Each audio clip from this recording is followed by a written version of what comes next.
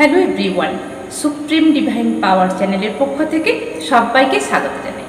আমি supreme energy Sujata অধিকারী, energy সায়েন্সের teacher এবং স্পিরিচুয়াল ট্রেনার। তো আজকে আমাদের অনেক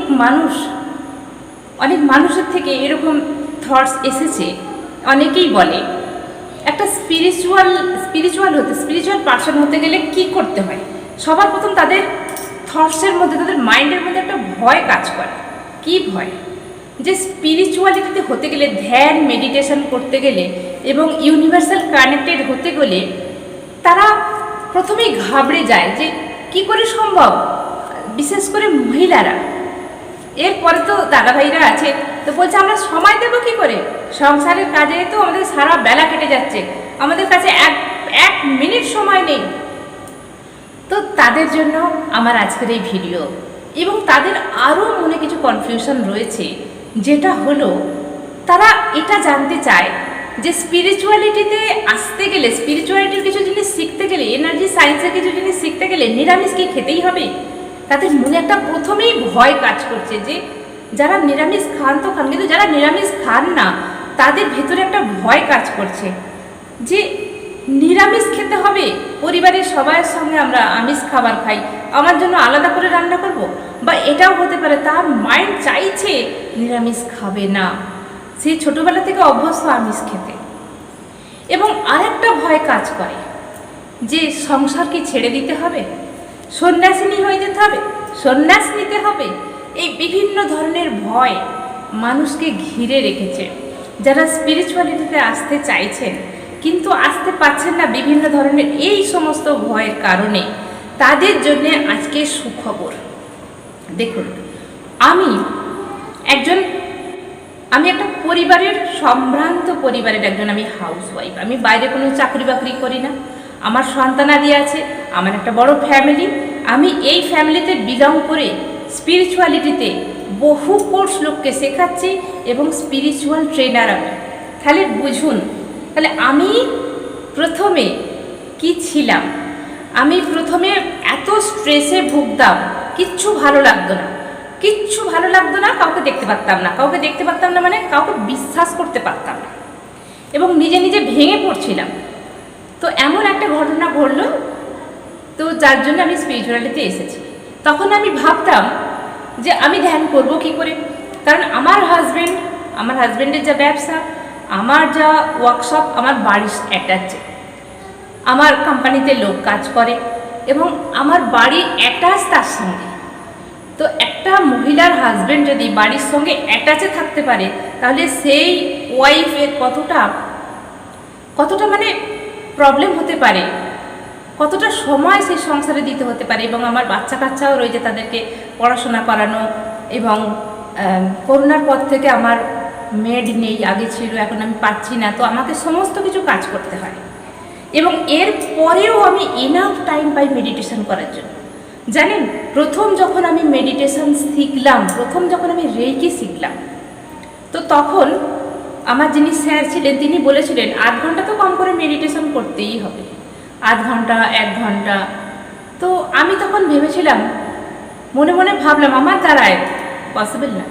আমি তখন না 5 মিনিট মেডিটেশন করেছিলাম, আমার মনে আছে, এখনও আমার হাসি পায়। 5 মিনিট মেডিটেশন আমি বসতে পারিনি, আমার কোমরে যন্ত্রণা হচ্ছিল, পিঠে যন্ত্রণা হচ্ছিল, আর 5 মিনিটকে আমার 5 ঘন্টার সমান লেগেছে। যে আমার দ্বারা পসিবল নয়, আমি বসতে পারবো না এতক্ষণ। মানে দেখুন, একটা বসে গল্প করা, বসে টিভি দেখা, সে আরাম করে সোফায় বসে বা খাটে বসে হেলে দুলে, সে তো একটা ফোকাস থাকে টিভির মধ্যে, একটা ফোকাস থাকে ফোনের মধ্যে। কিন্তু এখানে কি হচ্ছে, সম্পূর্ণ মেরুদণ্ডকে সোজা হয়ে বসে হাতে যে কোনো একটা মুদ্রা করে ইউনিভার্সাল কানেক্টেড হয়ে সম্পূর্ণ ধ্যান দিয়ে এই মেডিটেশন করা।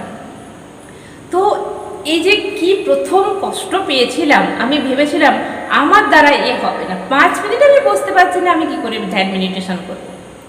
কিন্তু ট্রাস্ট মি, আজকে আমি যে স্পিরিচুয়ালিটি শিখেছি, আমার গুরুজিকে আমি ইয়াদ করে আমি বলছি, আমার গুরুজি আমাকে যেভাবে শিখিয়েছেন টেকনিক, আমি খুব কম সময়ের মধ্যে শিখেছি। এবং চ্যালেঞ্জের সঙ্গে আমি চ্যালেঞ্জ অ্যাকসেপ্ট করতে ভালোবাসি। যদি আমি শুনে নিই এর মধ্যে এটা আছে, আমি সেই চ্যালেঞ্জ অ্যাকসেপ্ট করি, আমার যত কষ্টই হোক না কেন। তো আমি 9 ঘন্টা 12 ঘন্টা বসে আমি ধ্যান এখন করতে পারি ইউনিভার্সের কৃপায়। আমি বুঝতে পারি 9 ঘন্টা 12 ঘন্টা বসে আমি ধ্যান করতে পারি।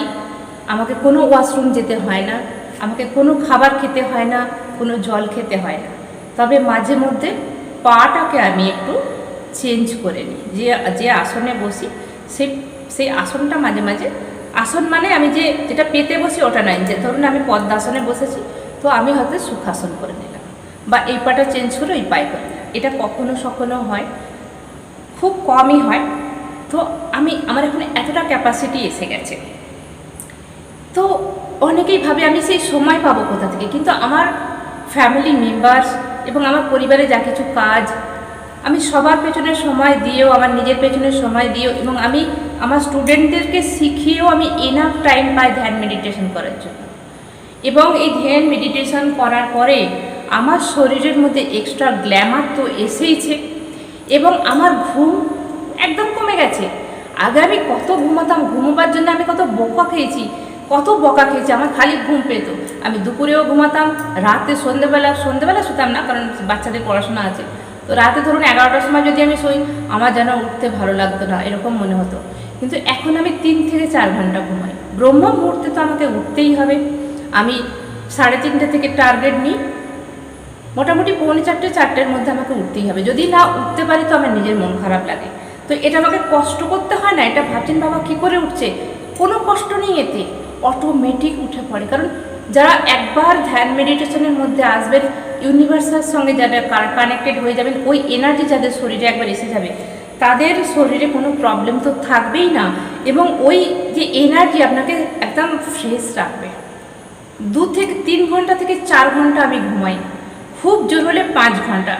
5 ঘন্টা কেন বলছি, ধরুন খুব ঠান্ডা লেগে গেছে, ঠান্ডা তো অনেক সময় লাগতে পারে না, অনেক সময় ধরুন শীতকাল পড়েছে বা বর্ষাকাল পড়েছে, একটু সর্দি লেগে গেছে, সাময়িক তো একটু ওয়েদার চেঞ্জের জন্য মানুষের হতেই পারে। বা ধরুন এই ভীষণ গরমে এসির মধ্যে শোয়া, তো গাটা একটু ভারী করতেই পারে। তো সেই জায়গায় 4.5-5 ঘন্টা হয়তো ঘুমিয়ে পড়লাম, মানে জেগে পড়ছি, উঠছি করে উঠতে ইচ্ছা করছে না, এইটুকুই। কিন্তু অ্যাকচুয়ালি আমার গুরুজি 3 ঘন্টা মাত্র ঘুমায়, এবং আমাকেও সেই টেকনিক অ্যাপ্লাই করতে বলেছে। তো আমারও মোটামুটি 3 থেকে 4 ঘন্টা আমি ঘুমাই, এর বেশি ঘুমোতে পারি না, এবং সারাদিন ফুল এনার্জেটিক থাকি। দিনের বেলাও আমি ঘুমোই না, সেই যে ভোরবেলা উঠি, সারাদিন কত কাজ কর্ম, তারপরে এই ভিডিও করছি, এইভাবে আরও টিচিং করাই, নিজে ক্লাস করি, তো কোনো রকম থাকান নেই শরীরে। এবং ওষুধ, আমি কত বছর যে ওষুধ খাইনি, ডক্টরি ওষুধ খাইনি, আমার পরিবারের লোক জানে, এবং আমার স্টুডেন্টরাও অনেকে জানে। ওষুধ কীরকম খাই বলে দিচ্ছি। ধরুন ওয়েদার চেঞ্জের জন্য বাড়িতে অনেকের হয়তো ফিভার হয়েছে, তো আমারও হয়তো হয়েছে, তো বাড়ির লোক ভয়ে আমাকে ওষুধ খাইয়ে দেয় যে একটা অন্তত জ্বরের ট্যাবলেট খাও। কিন্তু আমি জানি আমি নিজে নিজে হিলিং করতে পারবো, নিজে নিজে হিল হয়ে যাব। কিন্তু এদেরও একটা বিপদে না ফেলার জন্য বা ভয়ের না কারণের জন্য এরা আমাকে যে একটা জ্বরের ট্যাবলেট দেয়, হয়তো আমাকে খেতে হয়। একটা খেলে এনাফ, আর কিছু চাই না। বডি নিজে নিজে হিলিং করে নিতে পারে, বডির সেই ক্ষমতা আছে। কিন্তু আমরা প্রত্যেকে কী করি, সেই ক্ষমতাটাকে ইউজ করতে দিই না বডির মধ্যে, সেই জন্য আমাদের ওষুধের ওপর ওষুধ খেয়ে যেতে হয়। এরপরে আসছি আমিষ বা নিরামিষ খাওয়া। আমি আগে প্রচুর পরিমাণে মাছ মাংস খেতে ভালোবাসতাম, ছোটোবেলা থেকে খেয়ে এসেছি, মা বাবা খাইয়েছে, তো বিয়ের পরেও খেয়েছি। তারপরে যখন স্পিরিচুয়ালিটিতে এলাম, তখন আমি জানতামই না যে নিরামিষ খেতে হবে কি না। তো আমি ভাবতাম কি করে কি হবে, খুব অসুবিধা হতো, আমি খেয়ে গেলাম। কিন্তু একদিন দেখলাম হঠাৎ করে এই জিনিসের প্রতি আমার আর আকৃষ্ট অটোমেটিক হচ্ছে না, বডি নিতে পারছে না। তো আমারও এখানে এরকম প্রথম চিন্তা এসেছিল যে আমি কীভাবে করব। কিন্তু বিশ্বাস করবেন, বডি আপনাকে যেটা চাই সেটা নেবে, যেটা চাই না সেটা আউট করে দেবে। এখন আগে আমি চাও খেতাম খুব, এখন চায়ের নেশাও আমার নেই, কারণ চাও শরীর নিচ্ছে না, বডি নেবে না। তবে দেখা গেছে পরিবারকে শান্ত রাখতে গেলে, পরিবারকে খুশি রাখতে গেলে, পরিবারের খুশি বজায় রেখে আপনাকে তো এগোতে হবে। তো সেই জায়গায় আমার অনেক স্টুডেন্টদের বলা আছে তোমাদের যতক্ষণ ইচ্ছা হয় তোমরা আমিষ খাবার খেতে পারো, যতক্ষণ ইচ্ছা হয় খাও। যখন বডি আর নেবে না তুমি খেতেই পারবে না, জোর করবে না, বডির সঙ্গে কোনো রকম জোর করবে না যে আমি আজকে থেকে খাবো না, আমি প্রতিজ্ঞা করলাম, তারপর দিন থেকে আপনার বেশি বেশি খেতে ইচ্ছা করবে। এগুলো যারা আমার স্টুডেন্টরা আছে তারা করে দেখেছে যে রিয়েলি যদি জোর করে আমরা বলি খাবো না তো হবে না, বডি যখন চাইবে আমি আর নেব না তো সে নেবে না, কিন্তু যতক্ষণ নিড আছে বডির ততক্ষণ নেবে। তাই বলে স্পিরিচুয়ালিটি থেমে থাকবে না, তাই বলে ধ্যান মেডিটেশন থেমে থাকবে না। দেখুন বিবেকানন্দ তো সব রকম খেয়েছিল, তাই না, সব রকম মাছ মাংস সব রকম খেয়েছিলেন তিনি, কিন্তু তার কি ছিল, রামকৃষ্ণ ঠাকুর রামকৃষ্ণ কি বলেছিলেন, অন্যজন যখন বলেছিল নরেন তো এগুলো খাচ্ছে, নরেনের বেলায় ছাড় আর আমাদের বেলায় ছাড় নেই, তখন ঠাকুর রামকৃষ্ণ বলেছিলেন ওর হজম করার শক্তি আছে, তোরা বেশি খাবি। কেন বলেছিল কথাটা, কারণ তার ভেতরের যে এনার্জি, নরেনের যে বিবেকানন্দের যে ভেতরের এনার্জি বহুত পাওয়ারফুল ছিল এবং প্রচুর শারীরিক কায়িক পরিশ্রম করতেন এবং ব্যায়াম যোগা থেকে শুরু করে সব কিছু করেছে, সেই খাবার সে হজম করেছিল। তো আমরাও কিন্তু চেষ্টা করলে সব কিছুই করবো, আর চেষ্টা করব কিভাবে, একটু একটু করে 5 মিনিট করে ধ্যানে বসুন, 5 মিনিট করে ধ্যান, তারপর 10 মিনিট, 15 মিনিট, 20 মিনিট, 6 মাস ধরে করুন না 20 মিনিট, তারপর দেখুন আপনার নিজের মধ্যে একটা অটোমেটিক চেঞ্জ এসে যাবে। এবং যারা চাইছেন ফ্রি অফ কস্টে রেইকি শিখবেন তারা আমার নাম্বারে যোগাযোগ করুন, আমি ফ্রিতে রেইকি শেখাচ্ছি, 3 লেভেল পর্যন্ত শেখাচ্ছি, 3টে সিম্বল দিচ্ছি। এবং আমার গ্রুপ রেইকি যে ফ্রি অফ কস্টের যে গ্রুপ আছে, এই গ্রুপের মধ্যে শুধু রেইকি ছাড়াও আমি আরও বিভিন্ন কিছু ফ্রি অফ কস্টের মধ্যে শিখিয়ে থাকি। তবে যারা এগুলো বাইরে থেকে টাকা পয়সা দিয়ে করতে পারছে না, নিতে পারছে না, তাদের জন্য আমার এই কোর্স, ঠিক আছে। তো আমি হলাম ইউনিভার্সাল ওয়ার্কার, ইউনিভার্সের পক্ষ থেকে আমার এই অর্ডার, সেই জন্য আমি এই কাজগুলো করছি জগৎ সংসারের কল্যাণের জন্যে। এগুলো শিখে আপনারা নিজেদের শরীরের হিলিং করতে পারবেন, আপনার পরিবারের হিলিং করতে পারবেন, বাইরের বন্ধু বান্ধবদের কাউকে হিলিং করতে পারবেন, এগুলো আপনাদের পক্ষে বেস্ট। যারা চাইছেন যে আমরা শিখবো ধ্যান মেডিটেশন শিখবো, রেইকি শিখবো, তারা অবশ্যই আমার নম্বরে যোগাযোগ করুন এবং একটু একটু করে ধ্যান চেষ্টা করুন।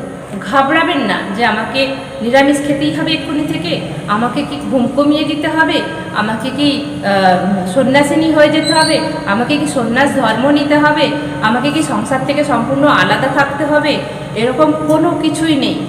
ঈশ্বর আল্লাহ গড আপনাকে যে লাইনে নিয়ে যাবে আপনি শুধু যাবেন, তার উপর সম্পূর্ণ নিজেকে সমর্পণ করে দেবেন, আপনাকে কিচ্ছু করতে হবে না।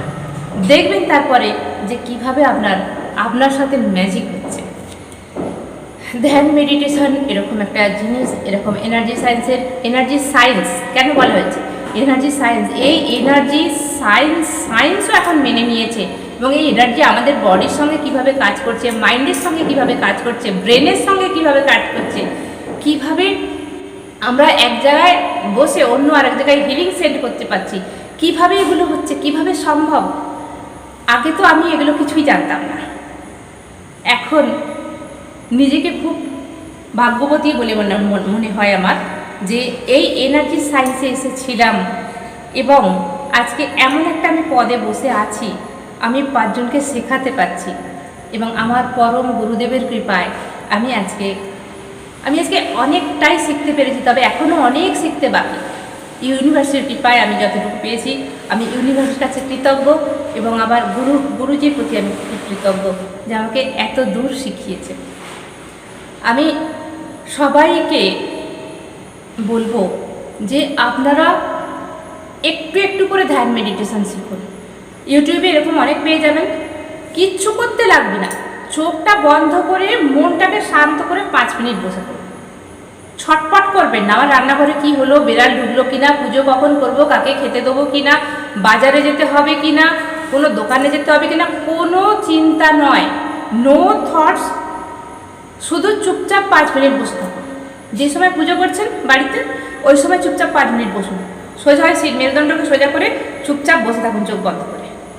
এইভাবে চেষ্টা করুন, দেখবেন ধীরে ধীরে আপনার বডি এটাকে অ্যাকসেপ্ট করে নিচ্ছে। 5 মিনিট করুন 2 সপ্তাহ 3 সপ্তাহ ধরে, তারপরে ওটাকে একটু একটু করে 2 মিনিট করে করে বাড়ান, দেখবেন একটা দিন আপনি আধ ঘন্টা বসতে পারছেন। সেদিনে দেখবেন যে একটা ভেতর থেকে অটোমেটিক শান্তি আপনি ফিল করছেন।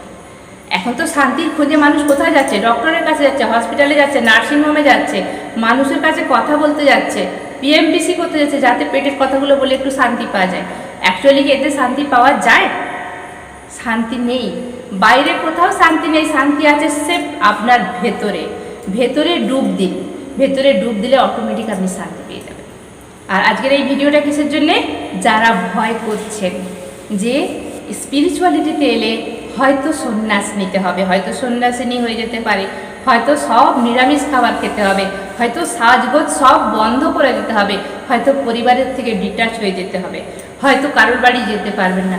সমস্ত ভয়কে দূরে সরিয়ে দিয়ে 5 মিনিট করে মেডিটেশন করুন। এবং যারা চাইছেন যে স্পিরিচুয়ালিটির পথে আসবেন, কিছু শিখবেন এনার্জি সায়েন্সের থেকে, আমার নাম্বারে অবশ্যই যোগাযোগ করুন। এবং যারা শিখে গেছেন তারা তো জানেন যে জীবন কতটা ম্যাজিকের মতো কাজ করে। আজকের ভিডিওটা এখানেই শেষ করছি। সবাই খুব ভালো থাকবেন, আনন্দ থাকবেন, দারুণ থাকবেন। নমস্কার।